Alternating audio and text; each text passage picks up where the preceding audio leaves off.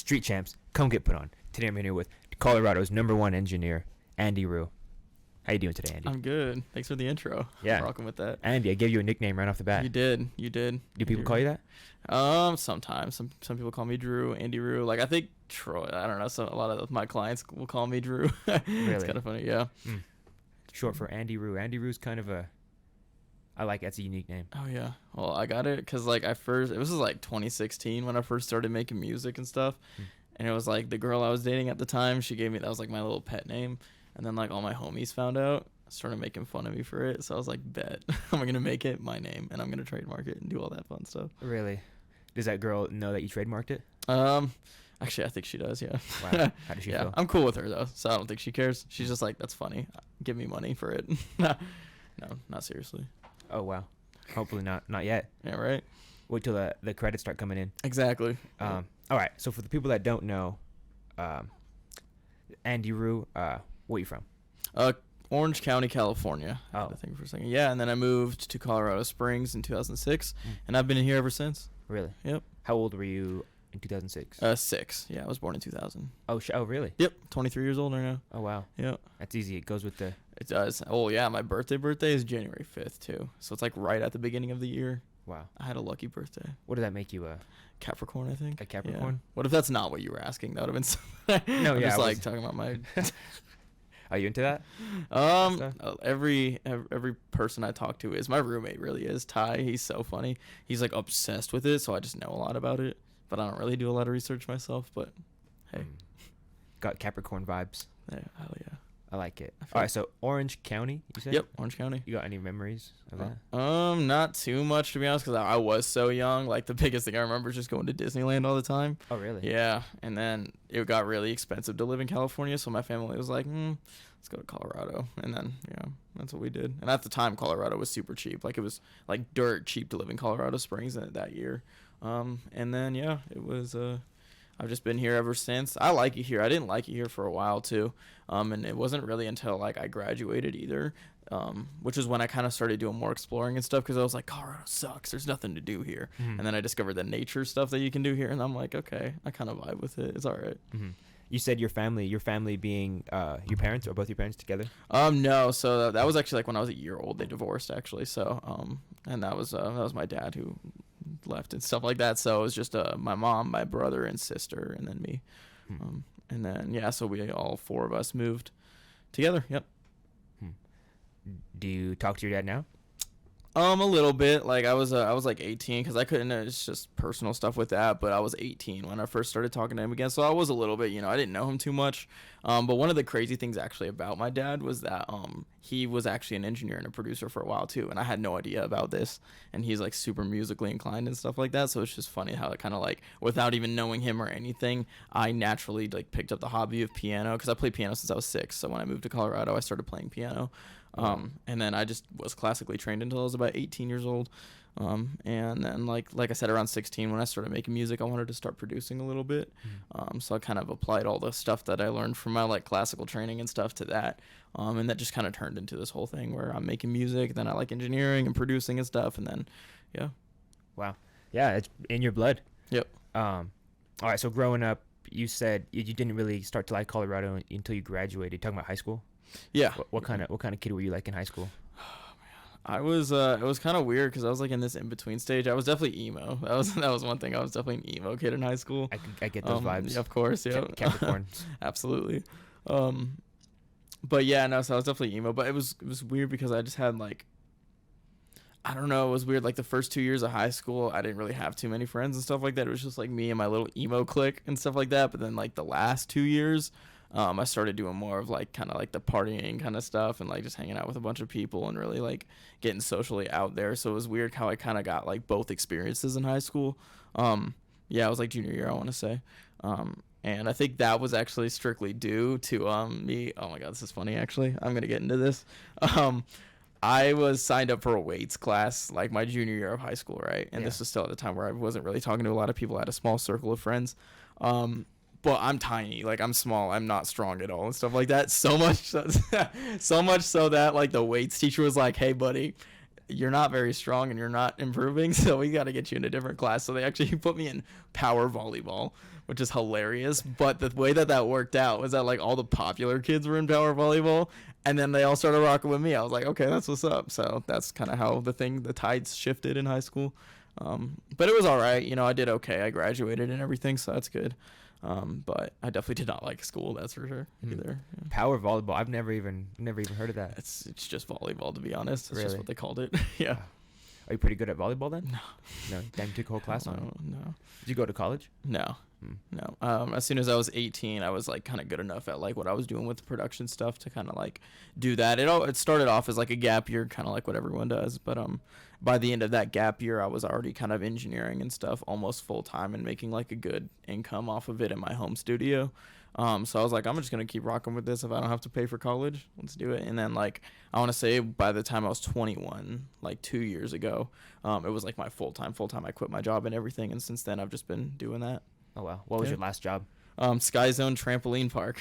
Yeah, I was a court monitor there, so I got to hang out with children and be annoyed all day. It was terrible. You see like kids break their arms and stuff? Oh yeah, dude, it was brutal. It was like a war zone there. Oh wow. It was kind of crazy. And yeah, I did that. I actually did that from when I was 16 to till 22, I want to say, or 21, whenever I stopped. In the same job? Yep. Yeah, that's like the only job experience I have is that job. What the fuck? How many years is that? Dude, like 6 or something like that. I was really cool. It was a cool job, I'll be honest. Like, it was a cool job, and it paid normal, like, minimum wage. So I was like, all right, well, I guess it's paying and not the worst thing. Like, it wasn't food or anything. And I had little other jobs. Like, I worked at Fat Shack for a little bit, for like a week or two. And then they let me go, which is kind of funny. But why? So, I don't know. I think, well, what they told me was that they just hired too many people, but I think it was because I had no experience in like kitchen stuff. So I think they were like, yeah, you're not good at cooking, so let's get you out of here. So you went back to Sky Zone? Yeah, well, I still had Sky Zone during that because I wanted to be smart. I was like, I don't know if this is going to be a for sure thing, so I'm going to stick with Sky Zone. So I had 2 jobs at that time. But yeah, so I just quit there and then just stayed at Sky Zone for a little bit longer. That's insane. Yeah. Wow, your resume is gonna look crazy, bro. If you ever have to make one. For real. You're never gonna have to, but hopefully not. But yeah, I always think about that too. I'm like, damn, 6 years at the same job. I guess it'll look good. Yeah, that does mean you're pretty consistent. Mm-hmm. Yeah. I bet that like. So you've been doing music. You said, when did you start engineering again? 2016 was around when I started like doing my music stuff. So when you were 16. Yep. So I've been doing it for 7 years or what is? Oh my god, what year is it? Holy. 2023. 7 years. Yes, I've been doing it for 7 years. Wow. What were some of your inspirations to get started with that? Oh man, what was it actually? Okay, I think like the real timeline was like I was really into like making YouTube videos and stuff and doing like gaming moments with my friends and things like that. And because music's always naturally been like kind of part of my life, I guess I just kind of decided to make like diss tracks against all my friends just as like a joke for a YouTube video. And then I made like these little rapping diss tracks. They were horrible. One day I'll surface them to the internet, to the world. I think I was actually 15 at this time, but so I did that, and then I was like, I kept making these little diss tracks. I was like, oh, I kind of like this. This is cool. So it turned into me making a whole bunch of little like SoundCloud tracks and things like that. And I was also in a film class in high school, so for one of the projects, I did some music stuff for that, and like did like a little rap for that. It's called what is it called? Oh, I can't even remember what it's called, but I think it's still on YouTube too. But I did that with my homie in that film class, so that was kind of fun. And then yeah, just like I got better and better and better, and then started learning how to sing a lot better because I didn't start learning how to sing or like teaching myself how to sing until I was like, I didn't take it seriously until I was like 20, honestly. But I was like 18 when I started like singing in my songs and stuff like that. So I think once I brought in the singing aspect, I was like, oh, okay, I guess this is more musical now, and I can actually like do it.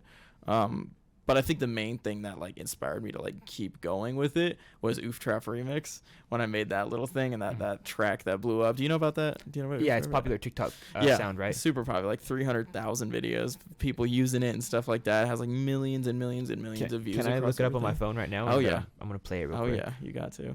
But I made this when I was like in a party on a PlayStation with my friends, and we were like, let's just make a meme song. And I made that, and it didn't do anything for like a year, but after a year, it just started getting a few 100,000 views on YouTube and stuff. And then TikTok rolled around, and then I threw it on TikTok, and that's when it really, really blew up. And I was like, dang, there's like actual money in this. And we'll talk about TikTok in a sec, but that's... All right, so this is Oof Trap Remix. So it has 279,000 videos That's crazy. made to it.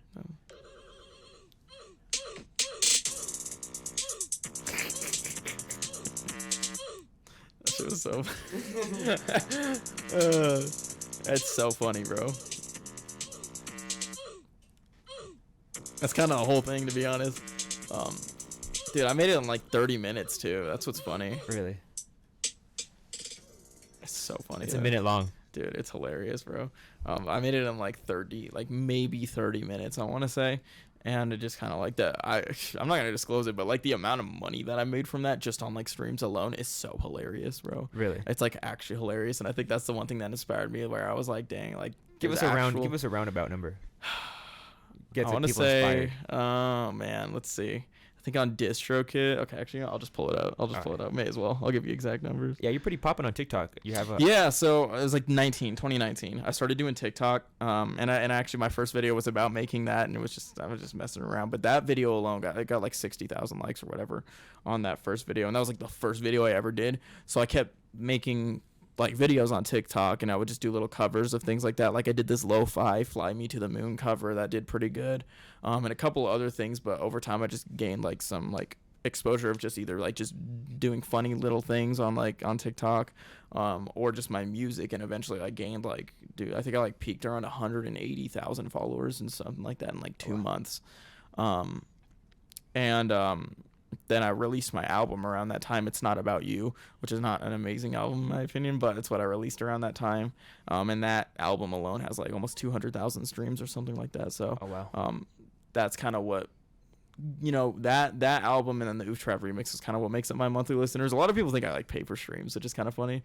But I don't. It's just literally like Oof Trap remix has like 3 million plays on Spotify, and then all the stuff from that album and this song Waiting for You that I have did pretty well, and that's kind of what gives me my like 30,000 monthly listeners.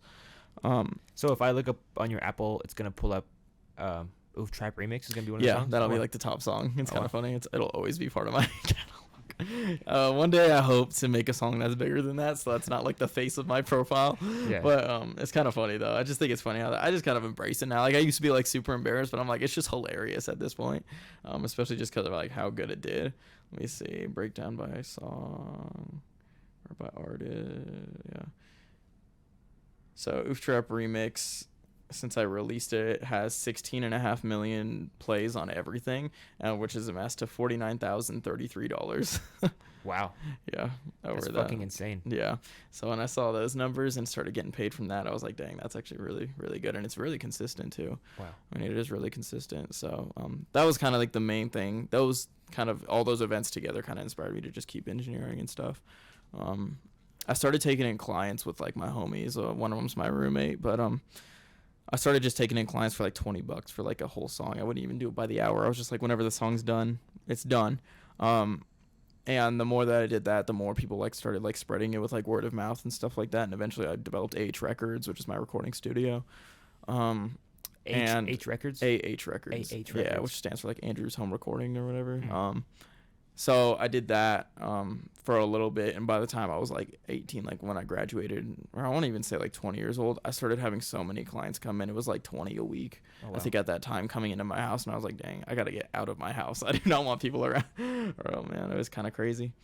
And my mom was really mad. I was living with my mom at the time. She's like, it smells like weed in here all the time. And she was getting real upset about that. Understandable, I guess. It was her house, but were you smoking weed at the time? No. Well, yeah, it was when I was 19, so I think I was, but I wasn't doing it in the house. It was like people would like hotbox their cars and then come into the house, and it would just smell up the house. It was hilarious.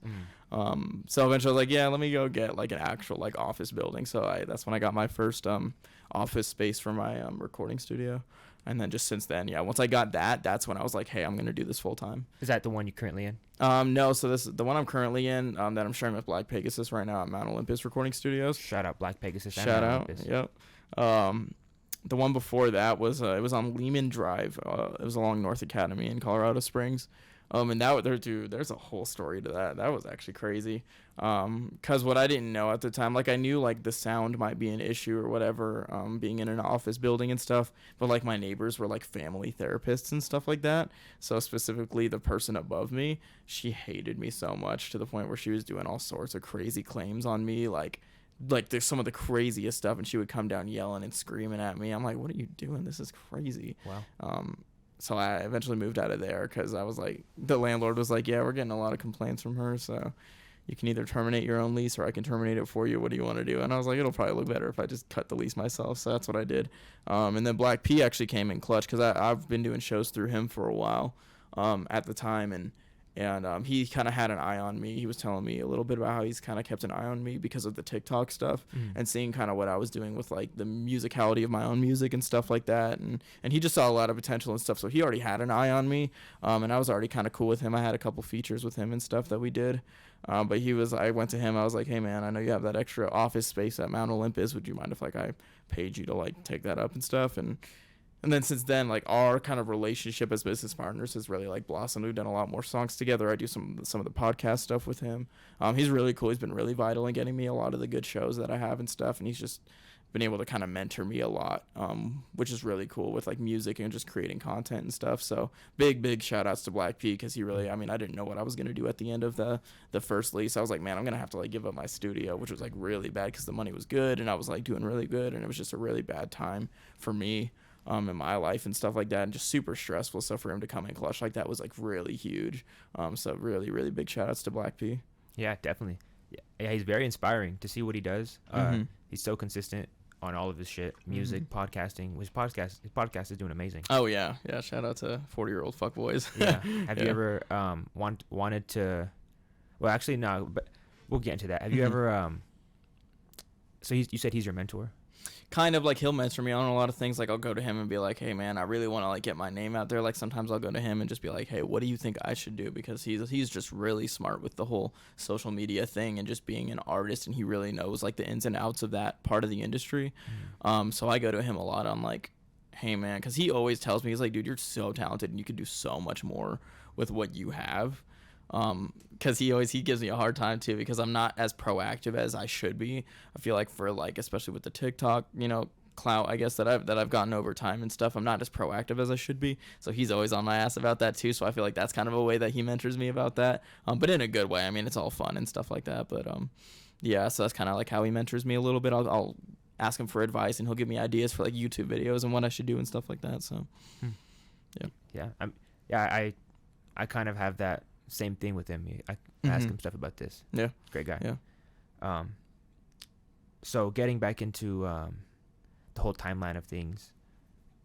At this point, when you're 16, when you get into it, you said you were barely smoking weed.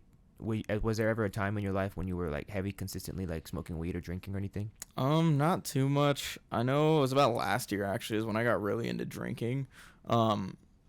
It was just kind of like the people I was hanging out with. I started raving a lot during that time too last year. And just being around clubs and stuff all the time, naturally I'm going to drink a lot and stuff like that. And it just started giving me really bad anxiety.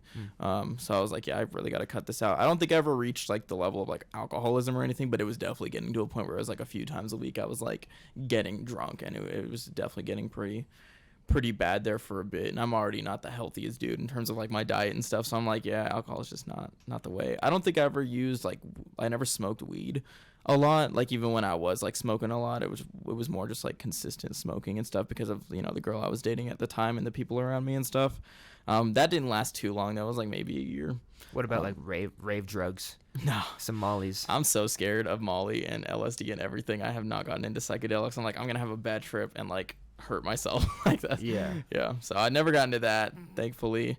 Honestly, like if I were to try any, like if I had to choose like a rave drug, it'd probably be Molly. I feel like Molly's the most tame out of all of them. But you've never done it? No. Just choose Molly. Maybe one day. Or shrooms. Shrooms is natural. It's not like some lab stuff. So yeah. maybe shrooms, but yeah. Fuck. I was looking at the camera stand. PT, is the camera quality looking fine on the stand? Is it too high? No. Alright, I just peeped it.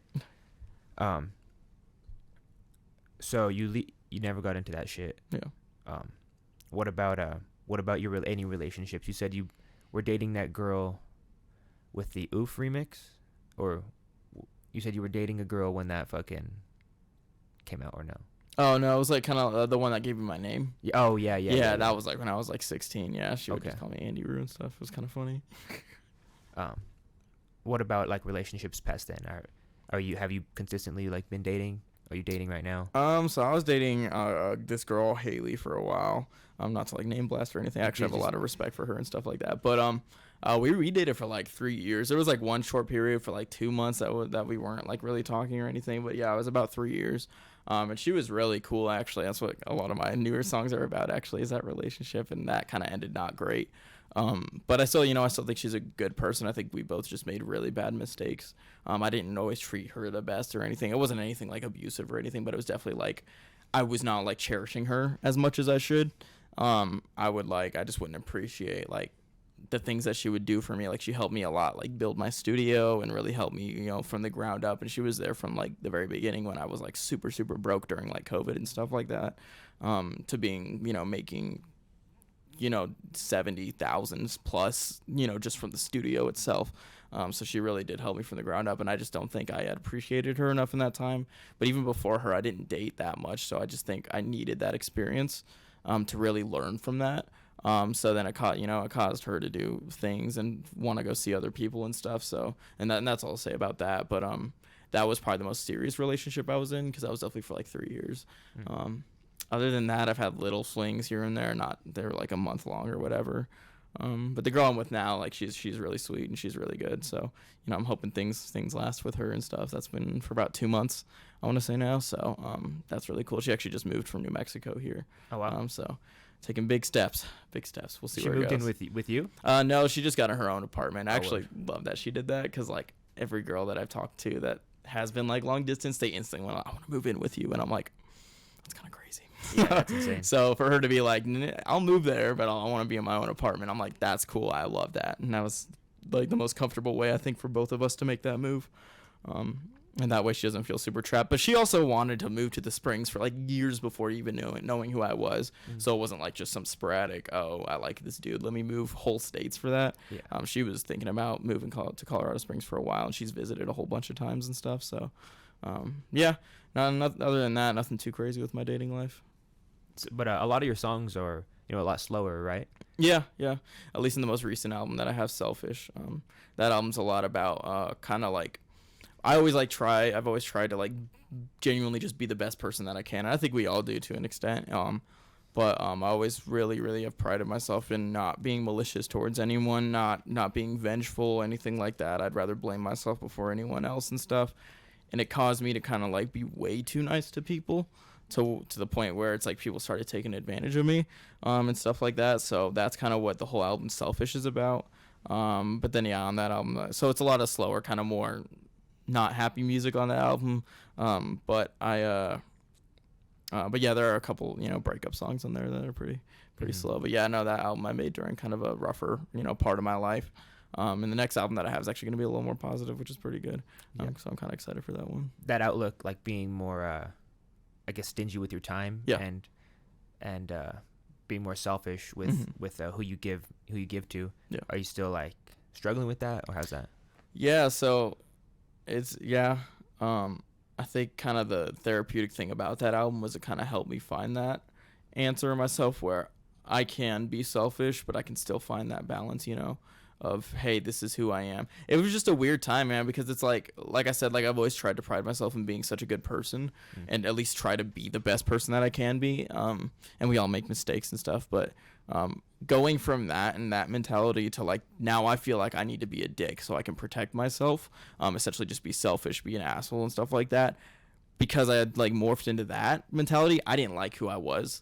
And that, so that's kind of also what the album is about, like going back and forth between that kind of like, oh, now I'm this person that I feel like I have to be, even though I don't like this version of myself and stuff like that. So like at the very end, conversations, to kind of answer your question, is kind of like coming to terms with like, this is who I am and what's like, I feel comfortable to like bring that energy out, that really, really good energy out again. I'll do it. But until then, this is how I'm going to stay, and I'm not going to feel bad for that.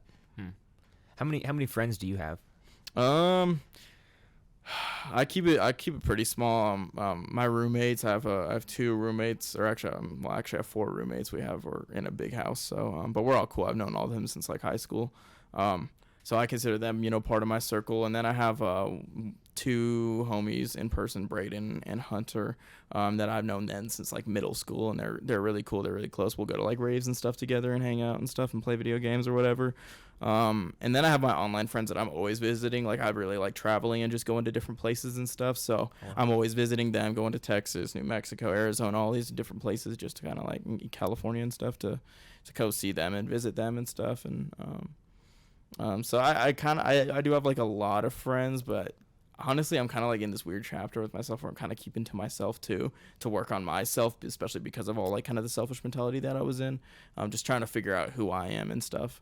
And even like what the next album that I have coming out, it's not completely done. It's only like, it's actually not really far into production yet, but the general idea is that I'm kind of accepting that the highs and lows and things like that are part of like the human experience, and that instead of looking at that and being like super negative, like, oh, this sucks or whatever, is more like embracing that is the human experience. And I can either embrace that or I can let it like destroy me. So that's kind of what this next album is about. It's probably going to be called something along the lines of like To Be Human. It's going to be it's going to be a lot more of a positive kind of like, I'm okay with everything going on in my life, and I understand that this is just how things are, and I can either be negative about it or I can be positive about it. Got any release dates for that? I want to get it done by the end of the year for sure, because I try to release one album a year, but I only have like 4 songs done, and I usually try to do like 14 songs on an album. So it might not release until early next year, but trying to get it out by the end of the year.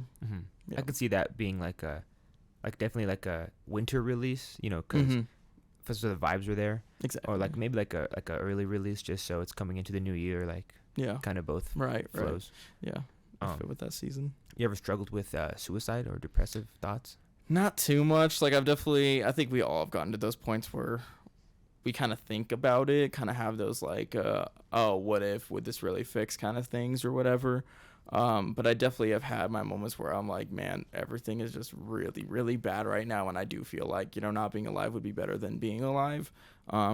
But that is really when I turn to music and stuff like that. And I do make some scary sounding music that sounds like I might be going through a lot, or like, yo, should we check up on this dude? But if you hear me talking about that kind of stuff in a song, it's because I've either healed from it or I'm using that to heal from it. Like that one song, Soak It Up, I think I had entered it in on one of the music reviews or whatever. That was the really, really slow, like really, really sad one. That was like a super healing one from the relationship that I was in, that I really needed to make that song. And even though I was really feeling like, oh, F this is terrible, I want to, give up type stuff, it did help me, get through that. And that's one of the things I always try and put in my music and stuff, to make it more personal and stuff. Yeah. I mean, I think a lot of artists, and probably a lot of people that just make content, probably use your content just to escape from those thoughts. Yeah. What's a studio session looking like for you typically? For myself or my clients? You. So I produce all my stuff. Like every single song that I've ever released is my own production, from the ground up. If you hear guitar, it's usually from this one dude. I have this dude in Europe. I can't remember what country exactly, but he's constantly sending me just packs of like these guitar samples that he records, and he kind of knows what I like and stuff. So big shout outs to him. And he so that if it's guitar that you hear in the song, that's him, but everything else, piano, keys, drums, everything, that's all me. So usually what I'll do when I get in the studio and I want to make a song is I'll either go look at those loops that he sent me, or I'll just kind of like play around on the piano, like a very like stereotypical like pop kind of writing process, where I'm just kind of like doing chords on a piano and singing something to myself. And if I find something that really catches, then I'll start laying it down, and then I'll have like this kind of really bare bones file session. It'll be like just the piano and like some drums, just so I can get the vibe. Then I'll record everything over, like I'll write in the studio and then record everything, and then I will add all the other elements of the production, so it really does surround me and stuff. And that's why, like, when you listen to my music, you'll hear that the beat really surrounds me, and it's like kind of forming to my voice. Wow.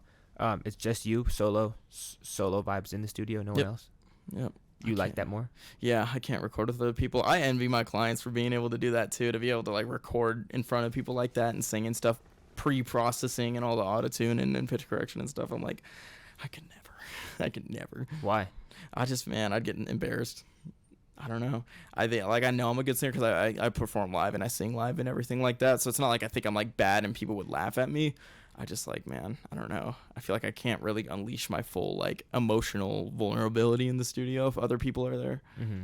Yeah, like even when I do like features for people, like a lot of my clients want features from me. I always do it on my own time. Even if we have time in the studio, like 9 times out of 10, I'm going to do it on my own time. Wow. Yeah. That's crazy. How much is a feature going from Andiroo? $50. That's just what I do. Either $50 for a verse or a chorus. That's usually all I do. Yeah. I try not to overcharge or anything like that. Yeah, I feel like that's really low. Yeah. I mean, obviously, if I get to the point where it gets really, really bad and like I have like 20 features at a time, yeah, I'll start making it a little more expensive. But as of right now, I don't usually have too many people, doing that. I think a lot of my clients, they're more on kind of the trap side of things and stuff when they record their hip hop and stuff. So my voice does not really fit what they're doing. But occasionally I have the few like artists, like they'll give me like a country track or something like that I'm like, hell yeah, I'll hop on. Oh wow. Or I'll rap. Some of them want me to rap too. So yeah. What's your style of music that you prefer? Just anything that's kind of like pop rap, honestly, is like the best way to explain it. Probably just anything that I can kind of be vulnerable on or whatever. I'm a white boy, so I make white boy rap for sure. If that's a thing. Who do you listen to? Honestly, well, so a lot of my inspiration isn't even from other rappers. A lot of it is from country. You'll notice kind of like in my courses that they're very country-esque. And I think that's like the similar thing that everyone says when they listen to my music. When they hear the chorus, like the chorus give me like country vibes, and I don't even have that twang in my voice. It's just kind of the writing style I do. So like it's a lot of like Zach Bryan and Luke Combs a little bit. Some of those guys. If I'm paying attention to like rappers, a lot of my influences is like Fora.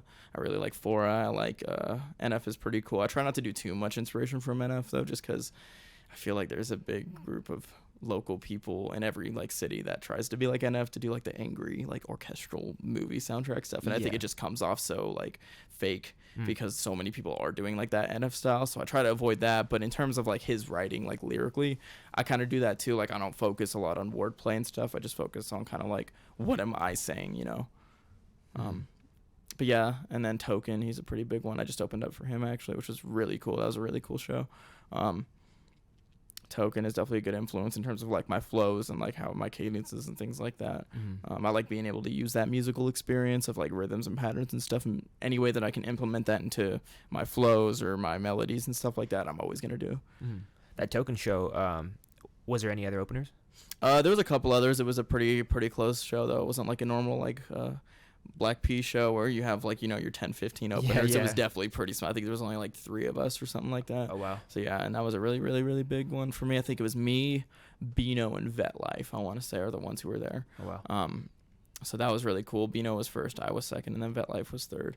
And that was just a really cool show, man, because like when I open up, I even made like a joke post about this on Facebook, but when I open up for someone, like I don't want it to just be someone who's a big name or whatever.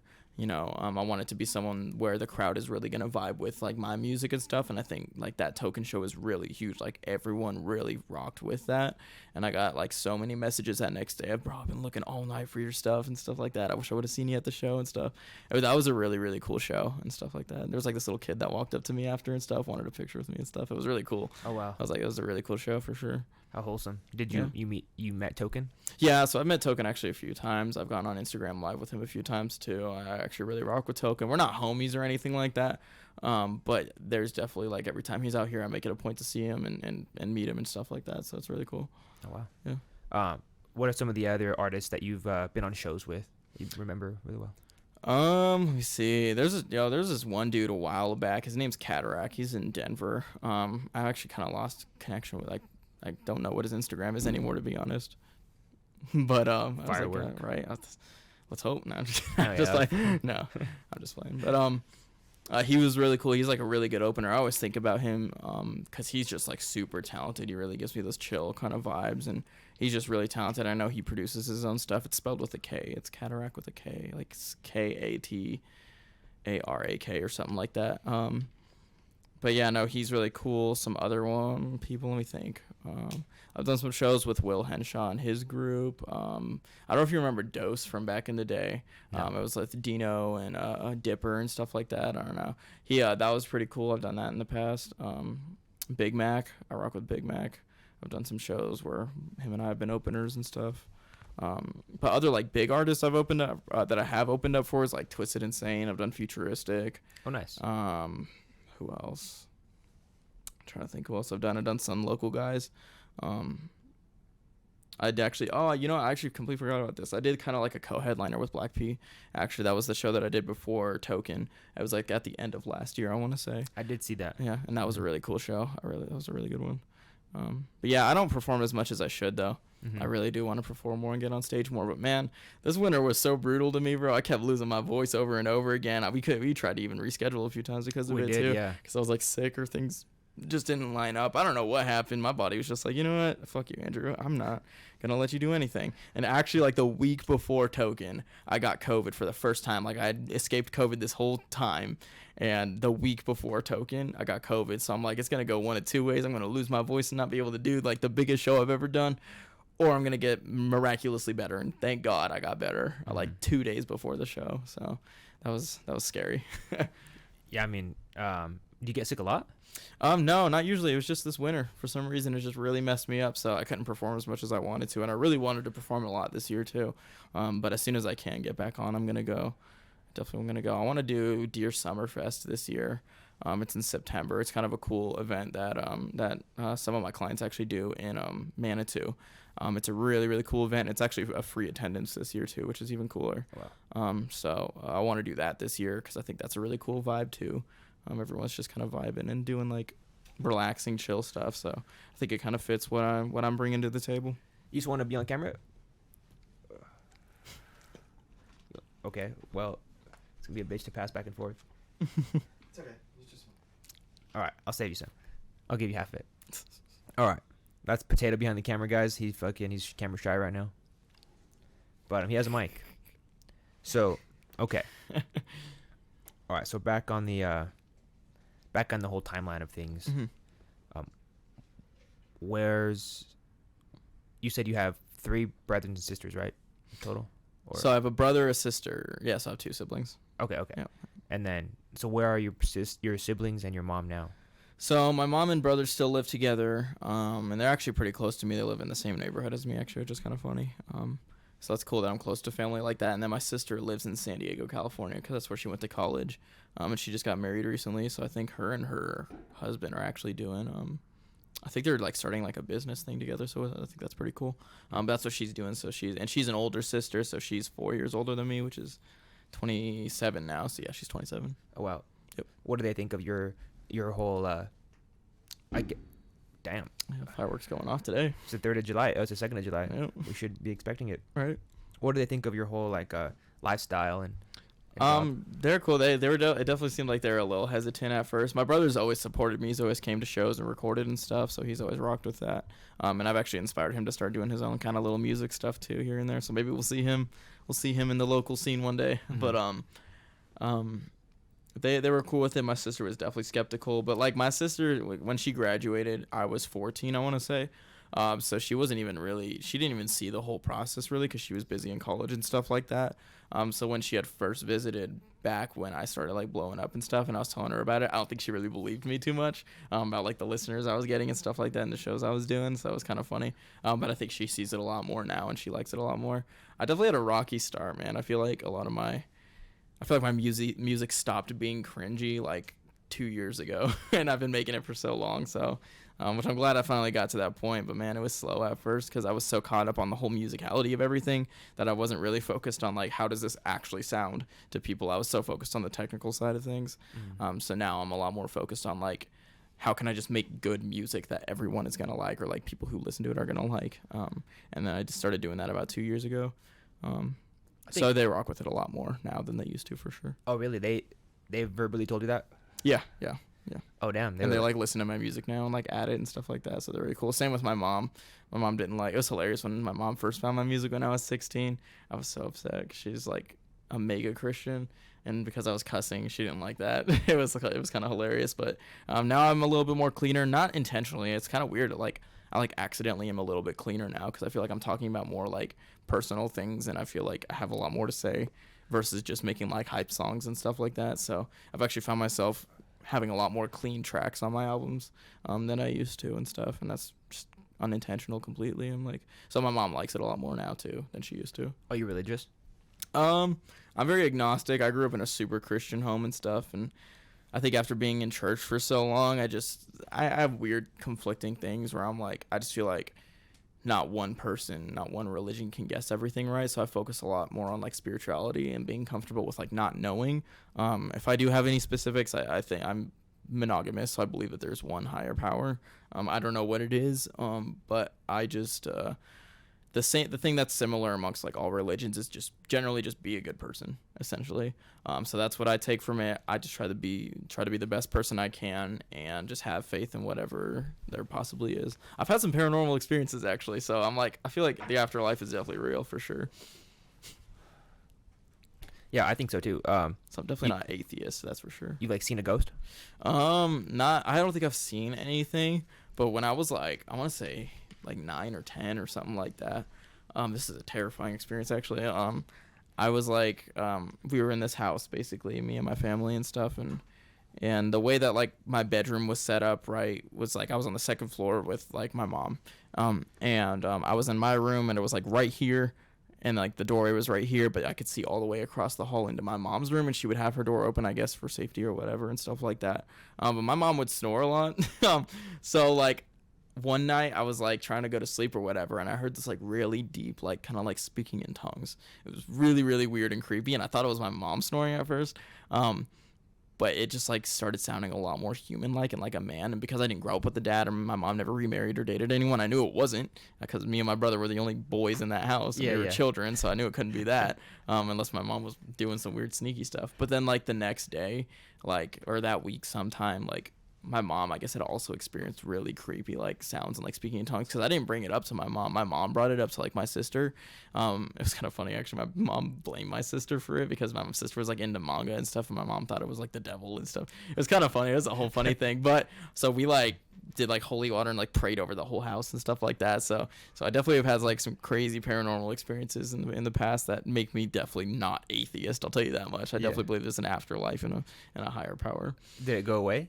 Yeah. After we prayed over the house too, it kind of went away. But who knows? It could all be placebo. It could all just be our minds messing with us. But I don't know. I believe it pretty strongly. That was creepy, especially because like I never watched horror movies as like a kid. I didn't even know what like ghosts and stuff were. So when I heard that, it was just terrifying. I was like, oh my god, wow, it was terrifying. Did you cry? Like, what was like what was the aftermath of this? I was just like, well, in the moment, I was just like frozen in like fear and shock and stuff like that. Yeah. I think when we were like praying over the house, I was crying though. It's kind of funny. You were that scared? I was scared. I was so scared. I was like a little child. Because then like when my mom brought it up, and then she brought up the fact that it could be like spirits or like demons, that's when it scared me, because I didn't think of it like that at first. Damn. I was just like, this is weird and creepy. But yeah, when she brought that up, that's when it scared me. It was kind of funny. But yeah, never experienced anything after that.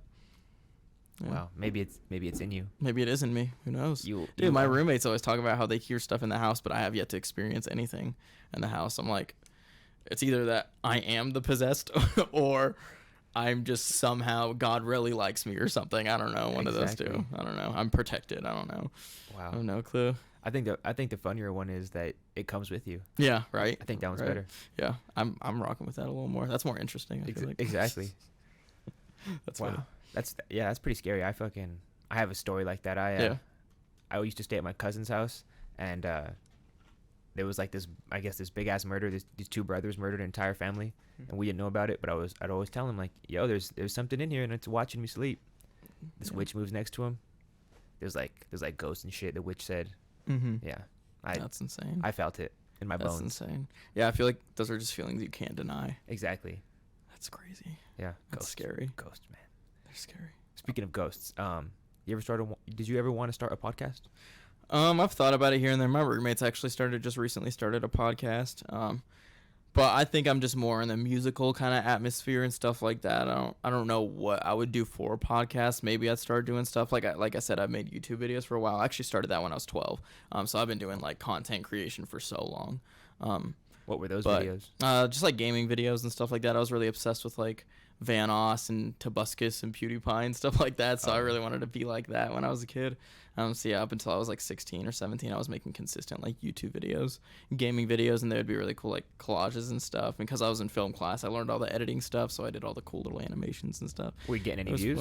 Fun. Kind of. Like I think I gained like about 1,000 subscribers at first from that, so I would get like 50 to 100 views on each video. Oh wow. Nothing crazy, but there was like no payout after a while, and it stopped becoming a hobby. So I was like, I've been doing this for so long, and like I would literally spend like 6 hours editing a video, and it would only get like 50 views, and I'm like, I'm done. So I was like, this is bad.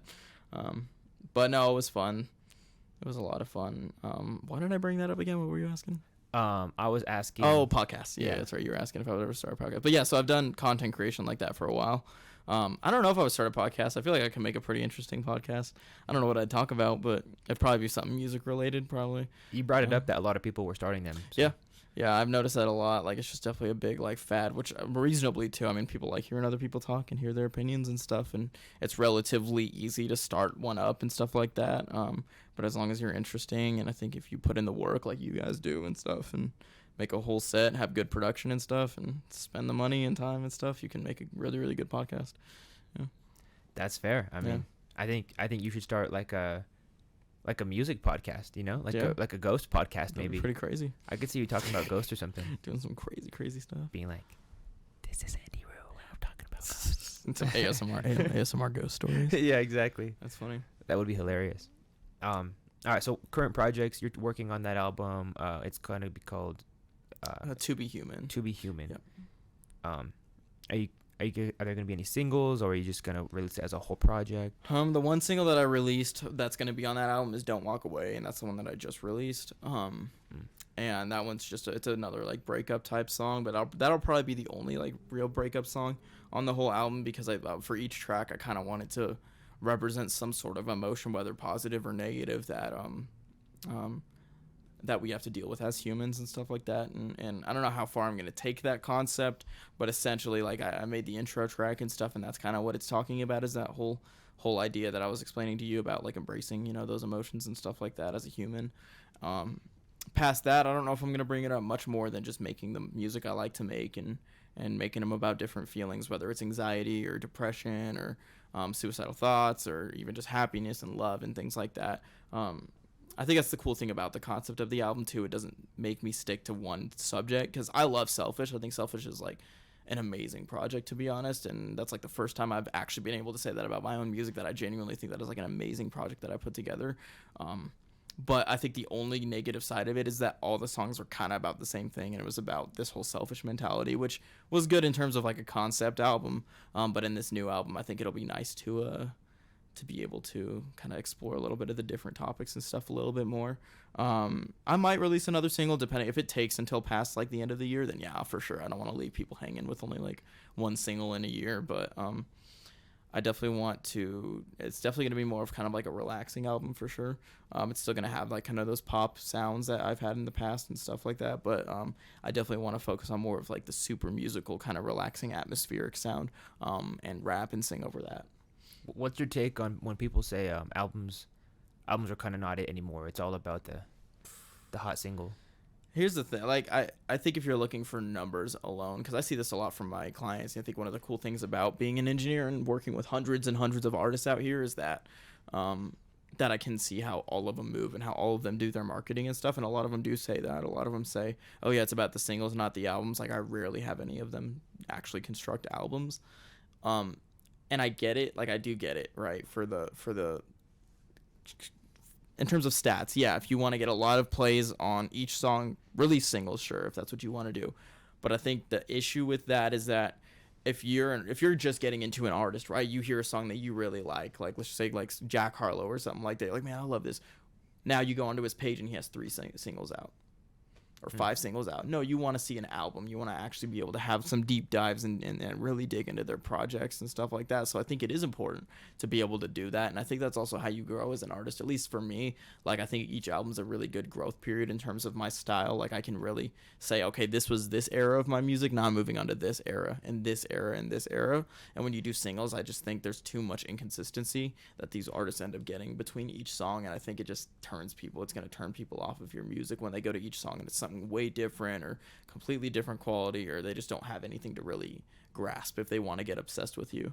Yeah. You know, like, especially when everyone's like, oh, I want to blow up, I want to have all these big things. Okay, so you drop a single with a music video, that music video gets 1 million views, people go look at your page and you have like next to nothing on your profile. you're going to lose a lot of potential, like really big fans who would go to shows, who would buy merch, who would get obsessed about you and share your stuff with them, you know? So I think there is something to be said about the stats. Yeah, obviously, you know, you release a single, it's all going to be curated towards that single versus 14 songs. But I think it is really important to have albums as an artist. Yeah, I mean, that's a great point. Great argument back to it. Yeah, you brought up the counter argument that if it's all about numbers, which in a lot of artists' eyes it is, you know, money. That doesn't seem, you know, like a big. You got the oof thing going. Yeah. So it's fucking you're there. Kind of funny. Yeah. Yeah. But yeah, you know, that's for the audience you're curating. You want to like have a deeper relationship. You want like your music is not like as deep as fuck. So you know your audience is going to be wanting to know that when other artists in Colorado are probably, you know, trap shit like you said. Yeah, exactly. And maybe that's where singles work better anyway too, if you just release single after single. Yeah. But definitely just like as an artist, if you really wanted to create that discography for people to dig into, definitely do albums and take those albums seriously. Don't just like make a whole bunch of songs in the studio, throw them together and release them. Like really think about what you want to make your album, how you want your album to look and stuff and sound and work from there, because I've had a few artists do that, and they've always turned out as really good artists. Really, really good dude. He doesn't record with me anymore. He has his own little collective that he does now, but his name's Cole Pierce, and we did an album together, and that did really well, and it sounded really good and consistent and stuff. Bleezus Christ, or Blazeus, we put together an album for him, and that was a really, really good album with really consistent sound and stuff, and it did well too. That's the thing. They do well. You also just have to market it right too, you know. But yeah, no shame on any artist who wants to just release singles, though. Obviously, everyone can do what they do. It will work. It can work. Any marketing thing can work as long as you know what you're doing. But yeah, that's just how I see it, though. In terms of albums, I don't think any artist should just neglect the idea of an album. Yeah, for sure. I think it's important to at least have like little mixtapes and stuff that you're dropping. Yeah, definitely. How much is it to get you to engineer right now? I charge $35 an hour, and that includes everything that we do during the session. Because I know some engineers will like, oh, you can take those 2 hours that you booked to only record, and then I'll mix it later. But I think what that costs for me, because I have the massive clientele that I have, that just gives me so much work outside of the studio. So what I do $35 an hour, and then we'll record the song through, mix it in that same session too, just so you leave with that song as well, completely mixed and mastered. And then that way I'm not getting, you know, bombarded with hundreds of hours of work after the studio, and then you leave with a good song and stuff like that that's completely mixed. Yeah, that's cool. Do you feel like you're more focused on the engineering or your own music right now? That's a good question, because I was for a while it was just the engineering and stuff that I was doing for like a good year. Actually, that's all I was focusing on, was like the engineering and stuff, especially when I was getting into the new office spaces and stuff. And that's just because, and even now I focus a lot on that too, just because realistically, and I have unrealistic expectations with my music and stuff. I think every artist should have those unrealistic expectations. That's what drives you and stuff. But I also like to have my plan B, or even just considerably my plan A, I guess. I do focus a lot on the engineering, because that's the immediate income that I'm seeing, where I can make this a career for the rest of until I retire or whatever, you know, versus music, which is like, it might happen, it might not happen. So I definitely focus a lot on the engineering and stuff like that. Like if I would say like 70% engineering, 30% my own art. That's fair. I've tried to shift that though, for sure, lately, because I think I got into this whole thing where like my clients wouldn't really see me as like, they would just see me as like the engineer, and that was my own fault, to be honest, because I didn't really provide any personality. So that's a big thing, and that's something that Black P actually helped me through too over the past years. Now I'm having more personality on social media. I'm posting more. I'm showing everyone my music more, because I was making good music and I wasn't getting any attention, but that was my own fault, because I wasn't actually getting it to people, you know, getting it in people's ears. I wasn't doing shows or anything like that. So I think since then it's turned to more of like a 50 artist, 50 engineer. And I actually noticed like my clients respect me a lot more in my decisions when I say, hey, I think maybe we should do this on your song or whatever, or would you want to do this? I think they've learned to respect that more, because they see me as an artist now, as well as an engineer, versus before, which is just an engineer, you know. You ever had like any crazy stories in the studio? Anyone ever like, I don't know, do something insane? People definitely get disrespectful. That's for sure. I deal with a lot of disrespectful clients, but I can handle that for the most part. Like what? Oh man, just like let me see. Like there was this one time. This is like right before I moved out of my home studio. This dude was just like he was just getting really aggressive because he showed up to the session late, and I had a session right after his session. I do back-to-back sessions, and he showed up like 30 minutes later or whatever, and I told him he still owed me the money for the full 2 hours, and I wasn't going to give him that money after, or that time after, because I have another client right after him. It was his fault that he was late and stuff. And he got real mad about me. He started yelling about that, getting all upset. He was like knocking stuff over and stuff. I was like, all right, whatever. I was just like, you're done, you can go, and stuff like that. And at the time I just started carrying, like I was carrying a firearm, but I didn't have my CCW yet, so I was open carrying still. So I put the gun on my hip and stuff like that, and he was like, what, bro, you gonna use that? I was like, chill out, dog. Like, chill, just get the fuck out of my house. Like, and that was really the last straw where I was like, I need to get this into like a place that's not my home. Yeah. That's probably the craziest thing that's happened, but overall I think it's pretty tame overall. I want to say that's kind of one of the reasons why I raised my prices too, is because back when I was really cheap, like $15 an hour or whatever, to book me, I was getting a lot more of like kind of the rude, disrespectful, shitty clients, instead of the ones that respect me and stuff like that. I just noticed like the more you charge, the more people take it seriously, and the more serious clients you get. So that was good, but I'm never gonna be outrageous. Like there's studios out here charging 70 and 80 an hour, which is not abnormal for other states, but not for like Colorado Springs and stuff like that. So I'm never gonna charge that much. I think I just do like $5 a year. I raise it by, and that's just for like inflation and stuff, which is kind of crazy right now. Yeah, definitely. Who's some of the other studios in Springs that you see what they're doing? I like AML. I like what AML is doing and stuff. They're in the same building as me. I actually worked for them for a little bit. Right before I did my office space with Black P, because at the time when I was like getting kicked out of the other place, I was like, dude, I'm not gonna. Like I said, I wasn't gonna be able to find another place, so I was just gonna go work for someone else. All those guys are really cool though, but because I was offered like to still have my own studio and everything and make more money doing that, I didn't stay with AML. But AML's really dope. They have a really cool studio. I like their couch. They have a cool couch. Really? What else? Trying to think what else in the Springs. The main other people that I really noticed is just like Mount Olympus and stuff. I feel like everyone in that building on Potter Drive is like we're the ones bringing the majority of the clients, at least in Colorado Springs. Other than that, I think a lot of the other studios are a lot smaller because I just don't hear anything from them, and maybe that's my own ignorance and stuff like that. I know Apollo Studios does a really good job. They're really cool. I think Bailey still works there. Bailey McDougall, he's really dope. Who else? What was that? Blizz, I think is his name. He's a good engineer. But yeah, honestly, but I think it's cool too about Colorado Springs is because there are so many artists. There's not really any real competition, at least that I see. I think everyone eats. I can afford to, do that full time and stuff like that. I work about 6 to 8 hours a day, Monday through Friday. Sometimes even more than that. And I think all the other studios do too. At least I'm pretty sure they do. So, I'm glad that there's no like super hostile environment with that.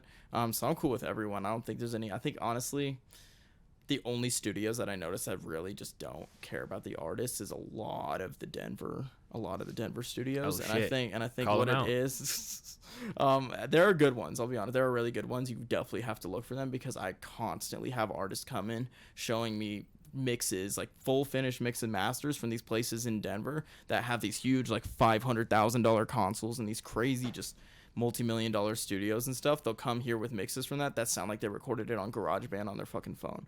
And I'm like, and they paid like $200 an hour at those places or $100 an hour. And I'm like, this is ridiculous.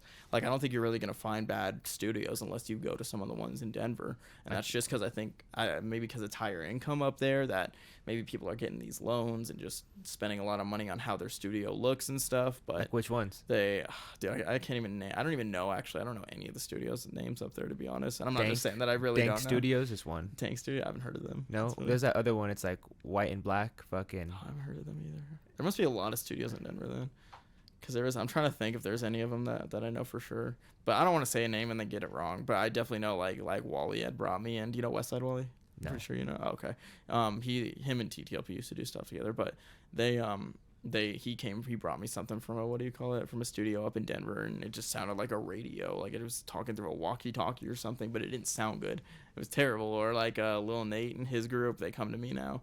Frontline Music. Damn, that's sick. Shout out. Yeah. Oh, you know them? Yeah. Dude, that's sick. Yeah, they're pretty big. That's yeah. dope, bro. Yeah. So I record all their stuff now. They're really dope. Like they're actually fucking dope. I love them. That's dope.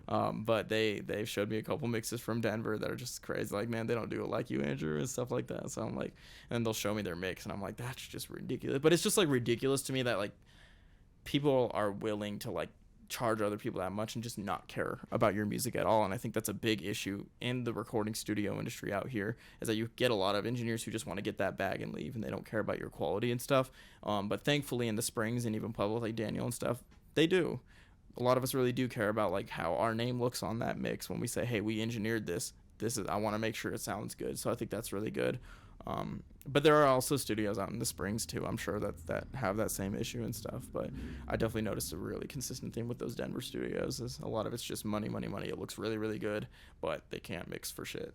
Like, that's respectfully, they just can't. And I just have yet to hear a lot of mixes that come from Denver that are really, really, really good. And if I ever find them, then cool, kudos. But a lot of them just end up sounding like they don't care about the artists up there. Yeah. But yeah, that's fair. Yeah, money has something to do with it for sure. You know, more people that are willing to just throw it out there and just see if they can do it. Exactly. Yeah. And I'm like, I also think like as an engineer, you should have musical experience. I think a lot of those guys also just want to be an engineer to have a cool job, too, or because they're interested in mixing and stuff. But I think a lot of the times people forget that like most of like the engineering skill that you have comes from how musically inclined are you, how much of an ear for music and good music do you have. And some people just don't have like any musical experience. They just bought the stuff for a studio and wanted to be an engineer, which there's nothing wrong with that, and you can still do good stuff with that. But I definitely think it helps a lot having that musical experience. Yep. That's fair. Yeah. Okay, so let's see. We've been going for almost an hour, I would say. Nice. Hour and 4 minutes. Flew by. I did. You're doing good. You're a good interviewer. Thank you, man. Have you done any other interviews before? Little stuff, not really super big. I was like little iPhone things, but not really anything like this. This is a first for me. Wow. Yep.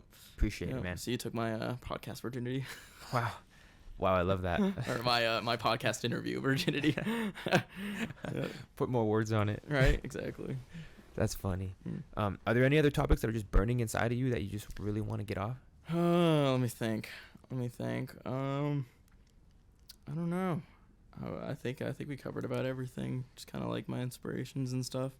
I'm just really excited to bring out this next project. I have a lot of really good music coming. The few songs that I have made for the next album are really good. They're different, but like still Andiroo, you know, they're not way too different where I'm like doing some outlandish stuff that's like not like my normal stuff. So I think Andiroo fans are really going to like it. I think they're really going to like what I'm bringing. I've showed my roommates and stuff, and they all like really vibe with it, and they'll tell me too. Like they're always real because they have told me in the past when a song that I made is like terrible. So I trust them and stuff, and they really like it. And sometimes I'll show my clients my new music coming up. So I'm excited for people to hear it. Hell yeah, respect, man. Let's see what do I have left? What do I have left for Andiroo now that I have you here, man? Yeah. One thing I want to get into, this won't be my main thing musically, but I kind of want to get into DJing. Really? Yeah, and making like EDM and shit like that, just as like a side thing. I think that'd be kind of tight. That'd be sick. Yeah, I've been going to the raves and stuff, and I already know the sound design and the production side of things. So I've done little things here and there, but I think it'd be kind of cool if I dropped like a dubstep mixtape or like some melodic dubstep with my vocals and stuff. I think that'd be kind of tight. That would be dope. Yeah. Get the whole deck and shit, and just be in your studio, just making your own mixes. Going crazy. I like heavy stuff too. That's really? the thing. Like I'm a huge, like a lot of people don't know that about me, but like I said, like I was an emo kid, so I'm a huge metal head. Like I love deathcore. I love just anything super heavy, like grindcore, just thrash, like just heavy stuff. And that's one of the cool things about dubstep is it has a lot of those really, really heavy elements. So I think it'd be kind of cool if I got into that and like screaming and stuff like that. I think it'd be kind of cool to get into some of that. This guy here fucking does all that. Hell yeah, that's tight. You do produce? No. You just DJ though? DJ a bit. Hell yeah, He's a signed Grand Theft Auto artist. Oh, really? That's kind of tight. Yeah, that's no pixel. That's kind of tight. That's like one of those RP servers. That's sick. Yeah. That's dope. Do you use like Serato? What do you use, or do you have like? Well, I just send everything off, honestly, to my buddy on the East Coast. Hell yeah. He does everything through FL. Nice. That's tight. I use FL. I record all my audio through Audacity. Oh, yeah. That's hey, you know, it works. It works. Wild. Gotta go to Andiroo, bro. Still, yeah. No, honestly, I was going to talk after. Hell yeah. You got to. I actually use, so that's the thing that people, I've never actually even gotten a comment on this. So when I first like started engineering and stuff, I was worried that me using FL Studio would like hinder my success as an engineer, but it hasn't. Like no one's ever batted. I think I've maybe had one person in the past like 5 years make a comment about it and not go to me because I didn't use Pro Tools or whatever, which I know how to. I've even tried. I've used Pro Tools and stuff, but I think with what ImageLine is doing with FL, especially lately in the past few updates since like FL Studio 20 has only been catering to engineers, and I've been seeing it a lot more in the industry, and I really like that because FL is such a goated platform for like shortcuts and things and just doing things quick. And every time I'm in the studio, like the biggest compliment I get is you're so quick and you make it sound so good so fast.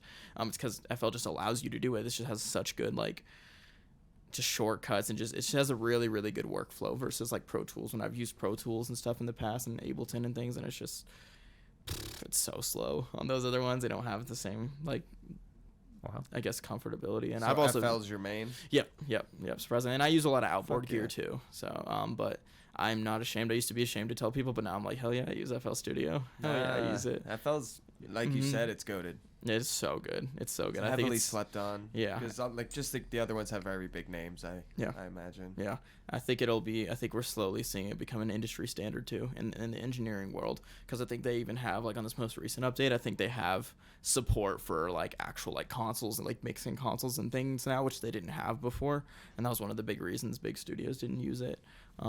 So I think it's good. I'm very happy to see that FL is becoming a very big thing in the industry. I didn't know that. Yeah. Wow. It used to be like you would get made fun of. It was like the cereal box toy of DAWs. I remember hearing all that bad stuff. Yeah. Everybody be like, FL. Are you a child? Like, It used to be like the easiest program to crack. Yeah. So everybody had FL when it first came out. Exactly. They hate us because they ain't us. Facts. Andiroo, everyone. Oh yeah. Now, do you want to tell the people where to follow you? Yeah, I'm on Instagram as Andrew HU4L, the number 4. Which actually stands for Hollywood Undead for Life. I used to be obsessed with Hollywood Undead. Yeah, I used to be obsessed with that back in the day, back in like middle school, and then I just never changed my Instagram. So it's Andrew HU4L, and I don't want to change it now because I'm so used to seeing it. And then what else? On YouTube, you can just look up Andiroo in my account. Andrew, your picture will come up. ANDRUYOURPICTURE. It's a long name. Another one that I'm stubborn on changing, even though it's a terrible name. But that's where I upload all my music videos and stuff like that. But yeah, mainly the one I'm on is like is Instagram. I'm on Snapchat too. Andrew Baker 938. Hell yeah. No dick pics. No dick pics. Nah, I'm just kidding. I'm straight. Dick pics. No. All of them. All right, yo. Street Champs, Andiroo, Potato. Come get put on. Like, comment, subscribe. Follow us on Apple Podcasts, Spotify, all that shit. Right. Peace. Peace.